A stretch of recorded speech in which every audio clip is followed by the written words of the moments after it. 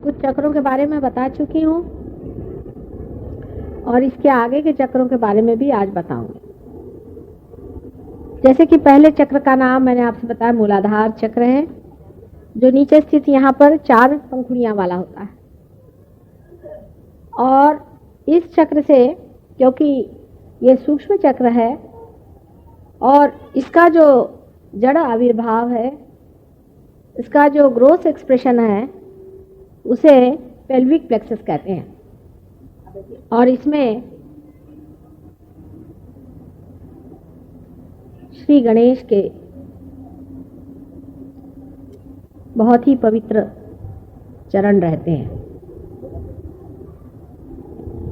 और उससे ऊपर जो त्रिकोणाकार यहाँ बना हुआ है, इसमें कुंडलिनी का स्थान है। और यह बड़ा भारी इंपॉर्टेंट पॉइंट मैंने आपसे बताया था कि श्री गणेश नीचे होते हैं और कुंडलिनी ऊपर होती है। ये बहुत समझने की बात है। इसी चीज़ को लेकर के लोगों ने बड़ा उपद्व्याप किया हुआ है कि कहना कि गणेश जी मूलाधार चक्र में होते हैं जिसे सेक्स का संबंध है, या तो बिल्कुल ही सेक्स से दूर हटा करके और कहना कि सेक्स से दूर हटके और सारे ही कार्य करते रहना ये परमात्मा है। इस तरह की 2 विक्षिप्त चीज़ें चल पड़ती हैं। सेक्स का आपके इवोल्यूशन से कोई भी संबंध नहीं, कोई भी संबंध नहीं। लेकिन सेक्स से भागने की भी सहयोग में कोई ज़रूरत नहीं। एक जीवन यापन की वो भी एक चीज़ है, पर इतनी महत्वपूर्ण नहीं जिसे लोग समझते हैं। और एक साक्षी स्वरूप घर गृहस्थी में स्त्री पुरुष के प्रेम का एक साधन है। सिर्फ पति पत्नी के बीच में यह संबंध होना चाहिए और किसी के भी प्रति पवित्रता ही धारण करनी चाहिए। उससे आगे स्वाधिष्ठान चक्र के बारे में मैंने बताया कि स्वाधिष्ठान चक्र चारों ओर घूमता है, जो कि नाभि चक्र से निकलता है और कमल की डेट के जैसे वो चारों तरफ घूमता है। और इस भवसागर में, इस वॉइड में वो हर तरह के नक्षत्र और हर एक चीज़ की स्थापना करता है, जिसे हम जड़ वस्तु कहते हैं।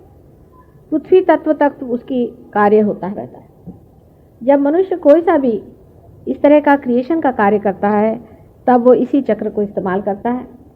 इसमें ब्रह्मदेव और सरस्वती जी की शक्ति कार्य करती है। उस दिन मैंने ये नहीं बताया कि ब्रह्मदेव जी ने एक ही बार इस संसार में जन्म लिया, एक ही बार। उसकी कोई वजह थी। और आपको कहने पर आश्चर्य लगेगा कि हज़रत अली जो थे, जो मोहम्मद साहब के दामाद थे, वही एक अवतरण संसार में ब्रह्मदेव का हुआ था, एक ही बार। ये भी बड़ी कमाल की चीज़ है कि लोग मानेंगे ही नहीं इस बात को, लेकिन आप लोग अगर वाइब्रेशन में देखें तो आप समझ लेंगे कि मैं आपसे झूठ नहीं बता रही। इसलिए जिनको लिवर आदि की तकलीफ हो जाती है, या इस चक्र के कारण जो डायबिटीज़ की तकलीफ हो जाती है, इम्बैलेंस की वजह से, जो मैंने आपसे बताया था, जो रजोगुणी लोग होते हैं उनको जो तकलीफ़ें हो जाती हैं, उन सब तकलीफ़ों का इलाज है हज़रत अली साहब का नाम लेने से भी वो तकलीफ़ ठीक हो जाती है। बड़े आश्चर्य की बात है, पर है सही। मुसलमान इसको मान लेंगे तो आप नहीं मानिएगा, और कृष्ण को आप मानिएगा तो मुसलमान नहीं मानेंगे। बड़ा रोना है दुनिया में। हालांकि ये सभी इसी एक ही शरीर विराट में बसे रहते हैं। इनका सब आपस में रिश्ता है, क्योंकि हज़रत अली साहब दामाद थे मोहम्मद साहब के, और मोहम्मद साहब जो है वो राजा जनक के अवतरण है। उनके जो 2 बेटे थे, हसन और हुसैन, जिनको करबला में मार डाला था, वो लोग दूसरे तीसरे कोई नहीं हैं, लेकिन सीता जी के लड़के लव और कुश, जो आगे चल करके अवतरण लेते हैं। जैसा मैंने आपसे पहले बताया था कि महावीर और बुद्ध की रूप। अब ये मैं बात सही कह रही हूँ कि नहीं, या आप अपने सहजयोग के एक्सपेरिमेंट्स में देखिएगा। एकदम से किसी बात को मना कर देना भी सहजयोग में बड़ी गलत बात हो जाएगी। जब आप पार हुए हैं, आपने कभी वाइब्रेशंस फील भी नहीं किए थे, आपको मालूम भी नहीं था चैतन्य क्या चीज़ है, और ब्रह्म क्या चीज़ है और ब्रह्म ज्ञान क्या है। यही ब्रह्म का ज्ञान है। आज तक ये ज्ञान संपूर्ण इसलिए नहीं बताया गया कि हर एक अवतरण अलग अलग जगह एक एक एस्पेक्ट को लेकर के पैदा हुआ था। आज वो समय आ गया है कि इसका संपूर्ण समग्र इंटीग्रेटेड पूरा ज्ञान आप लोगों के सामने उद्घाटित किया जाए। ये सत्य है या नहीं, ये आप सिर्फ रियलाइजेशन के बाद ही जान सकते हैं, उससे पहले नहीं।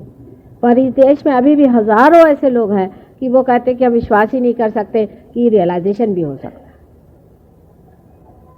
वो सोचते हैं कि भगवान ने छोड़ दिया, अब दुनिया ऐसी तबाह हो जाएगी। इस तरह से परमात्मा के ऊपर बड़ा भारी आरोपण हो जाता है। जिसने ये सृष्टि बनाई उसको तो इसकी चिंता है ही, उसका कोई ना कोई अर्थ तो निकलना चाहिए, उसकी मीनिंग कुछ तो लगनी चाहिए, नहीं तो इस मेहनत का क्या मतलब हुआ। पर मनुष्य इतना अक्लमंद बनता है कि वो परमात्मा के बारे में भी पक्के दिमाग से यही कहता है कि हाँ ऐसे तो हो ही नहीं सकता, मुझे पूर्ण विश्वास है, आई बिलीव। आप किस तरह से विश्वास करते हैं, आप किस प्रकार इसे आपने जाना है, इस मामले में वो एक अक्षर भी नहीं बोलते। यह आदमी का बड़ा भारी अहंकार है। सहयोग में अगर आप हम्बल नहीं हो और आप अगर इस चीज़ को जाने कि हमने अभी तक जाना नहीं, अभी हमें बहुत जाना है, हमें अभी पाना है, पाने के बाद ही भी आप एक एक चीज़ का उद्घाटन बहुत अच्छी तरह से वाइब्रेशंस में देखिएगा। जिस आदमी में गहराई नहीं होती वो बहुत ऊपरी तरह से सहयोग की तरफ देखता है और सहयोग को आप ऊपरी दृष्टि से नहीं देख सकते। इसके बाद में आपको मैंने नाभि चक्र के बारे में भी बताया है। अभी संक्षिप्त में आप जानते हैं कि नाभि चक्र में ही अपनी इवोल्यूशनरी फोर्सेस हैं, जिससे हमारी उत्क्रांति होती है, जिससे हम अमीबा से ह्यूमन बीइंग्स बन गए, जिससे हम देखते हैं केमिस्ट्री में पीरियोडिक लॉज जो बने हुए हैं वो सब इसी शक्ति धर्म की धारणा से होता है। हर एक वस्तु में उसकी धर्म की धारणा है। जैसे कार्बन की 4 वैलेंसीज हैं, हाइड्रोजन की अपनी वैलेंसी है, ऑक्सीजन की अपनी है, उसका पूरा चार्ट बना हुआ है। इतना सुंदर चार्ट बनाया हुआ है कि कोई ये नहीं कह सकता कि लॉ ऑफ चांस से बना, इतना सुंदर वो बना हुआ है। उसका फिर से रिपीट कैसा होता है, उसके 8 कैसे हिस्से बने हुए हैं, बहुत देखने काबिल चीज़ है। ये सारी धर्म की धारणा जो भी है ये इस उत्क्रांति के वजह से होती है। माने इन्हीं अणुरेणुओं के जो धर्म हैं वो जब बदल जाते हैं तभी धर्म में उत्क्रांति होती है। आप लोग भी एलिमेंट से बने हैं। इन एलिमेंट्स की जब धर्म की स्थिति बदल गई तभी आप धीरे धीरे उत्क्रांति को पहुंचते हुए आज मानव बन गए। अब मानव से सिर्फ एक ही सीढ़ी और जाने से ही आप उस दशा में पहुंच जाइएगा जिसे हम कहते हैं कि आप पार हो गए। लेकिन पार होना क्या है ये मैं इस लेक्चर के अंत में बताऊं। उसके बाद तीसरा चक्र जिसे हम हृदय चक्र कहते हैं, इसके इस तरफ में हृदय है जहाँ शिव का स्थान, साक्षात आत्मा स्वरूप। यहाँ पे हमारे अंदर सदाशिव वैसे तो अपने माथे के ऊपर यहाँ रहते हैं, लेकिन इनको सदाशिव कहते हैं। लेकिन उसकी ये जो उनका पीठ होते हुए भी, जैसे कि यहाँ का दिल्ली का पीठ जो है ये आपकी यहाँ तखत है समझ लीजिए, लेकिन ये सब दूर घूमते रहते हैं। इसी प्रकार हालांकि पीठ ये है लेकिन उनका चक्र जो है वो हृदय में कहना चाहिए, या उसको कहना चाहिए कि वहाँ उनका प्रतिबिंब है जो आत्मा स्वरूप वहाँ रहता है। ये आत्मा हर समय शरीर में से निकल के और बाहर की ओर आता है और बहुत बार भटकता है, इधर उधर देखता है और सारी बात की खबर रखता है। यही आत्मा जो है इसे कृष्ण ने क्षेत्रज्ञ कहा है। यही जो है जो क्षेत्र को जानने वाला क्षेत्रज्ञ आत्मा स्वरूप अपने हृदय में बसे, यही परमात्मा और जिसे मनुष्य परमेश्वरी शक्ति के नाम से जानते हैं उसका द्योतक है। इसके बीचों बीच जो चक्र है जिसे कि हम हृदय चक्र कहते हैं, जो कि कार्डियक प्लेक्सस को चलाता है, ये हृदय चक्र में जगदम्बा का स्थान है, दुर्गा जी का स्थान है, जिनको हमने 1000 शब्दों में वर्णित किया है, लेकिन उन्होंने अनेक और भी जन्म लिए हैं।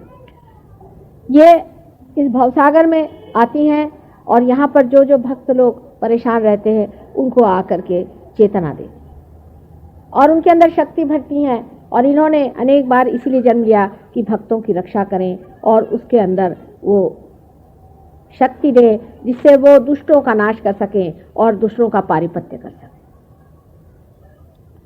उससे इस साइड में यहाँ पर बनाया नहीं है, लेकिन स्थान है यहाँ पर भी, जिसे कि हम राइट साइड में कहते हैं चक्र है।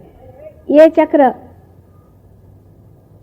आप देख रहे हैं कि रजोगुण पे या जिसके कहते हैं पिंगला नाड़ी पर, यहाँ पर इसकी मर्यादा बनी हुई है और यहाँ मर्यादा पुरुषोत्तम श्री राम का स्थान है। यहाँ से 10 अवतरण में से 8वां अवतरण यहाँ पर हुआ और उसके बाद वो एक तरफ हो गए, क्योंकि उनको ये भी भुला दिया गया था कि वो अवतार है।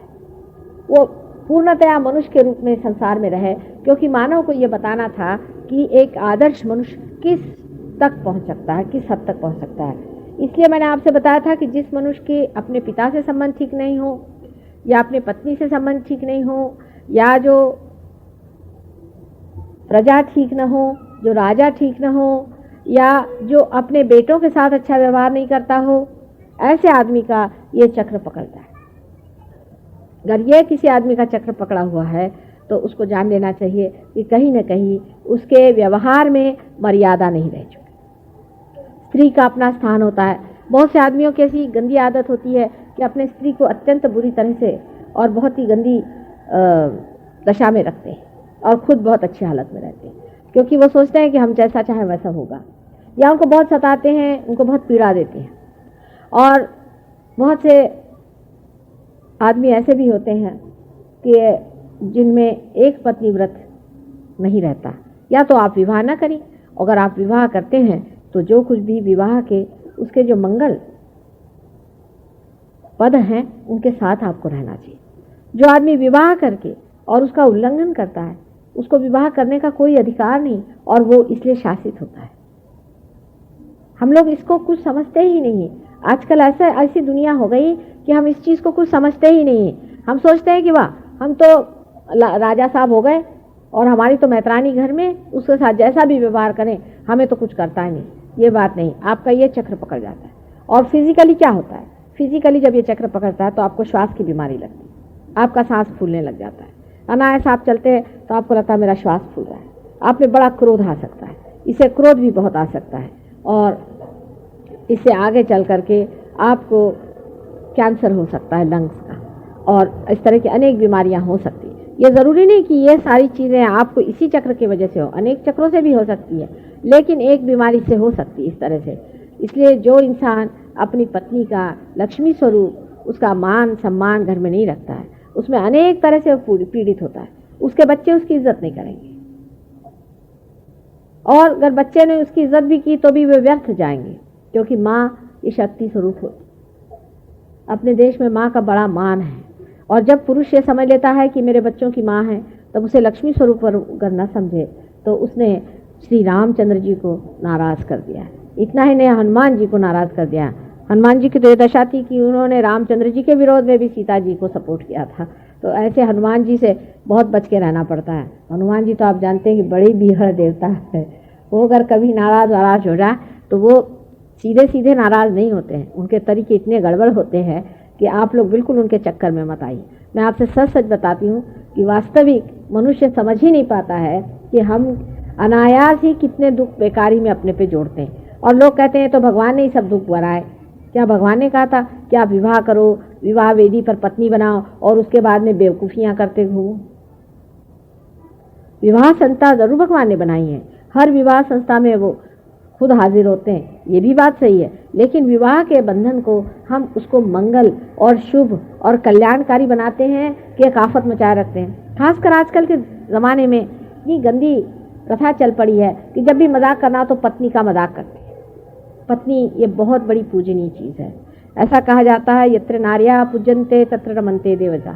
जहाँ पे स्त्री पूजनीय होती है और पूजी जाती है वहीं देवता का रमण होता है। आजकल जो इतने राक्षस यहाँ आ गए हैं, इसका कारण यही है कि यहाँ नारी जाति का बड़ा अपमान होता है। हालांकि मैं आपसे ये कहूँगी कि हिंदुस्तान की स्त्री जैसे स्त्री आपको संसार में नहीं मिलेगी, हिंदुस्तान की माँ जैसी माँ आपको संसार में नहीं मिलेगी।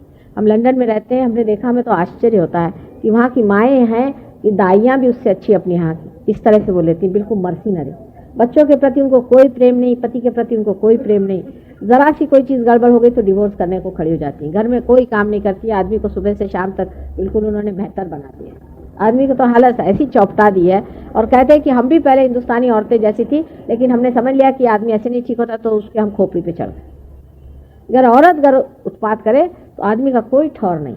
इसलिए मेहरबानी से आप ज़रा से समझ में आई, इस पर विचार करें कि आप होंगे बहुत बुद्धिमान होंगे, लेकिन स्त्री का अपना स्थान है, आपका अपना स्थान है। अगर आप स्त्री को बहुत दबाइएगा तो जब वो स्वतंत्रता के नाम पे उठेगी तो ऐसा आपको ठिकाना लगाएंगे। आप देख ही चुके हैं, एक तो लगा चुकी हैं आपको ठिकाना।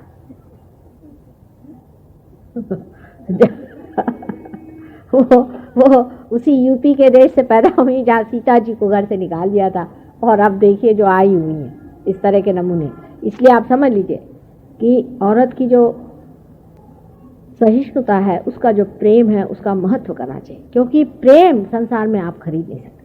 जब औरत क्रूएल हो जाती है तो सोच लिए कि वो मनुष्य भी ज़्यादा इतनी भयंकर नराधम हो जाती है कि आप उससे मुकाबला नहीं ले सकते। इसलिए अपने यहाँ अपनी लड़कियों का आदर करना, अपनी पत्नी का आदर करना, ये बहुत ज़रूरी है।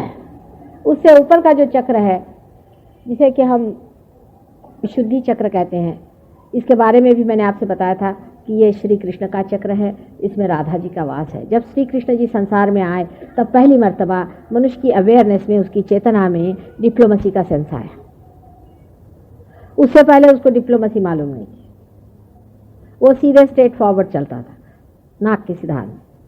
उसके बाद कृष्ण ने कहा कि ये टेढ़े लोग हैं, इनमें डिप्लोमेसी भरनी चाहिए। और डिप्लोमेसी का मतलब ये होता है कि जो शुद्ध और पवित्र डिप्लोमेसी होती है वो मनुष्य के लिए कल्याणकारी होती है, अत्यंत उस हितकारिणी होती है। जैसे आप जानते हैं कि उनको रणछोड़ दास कहा जाता है।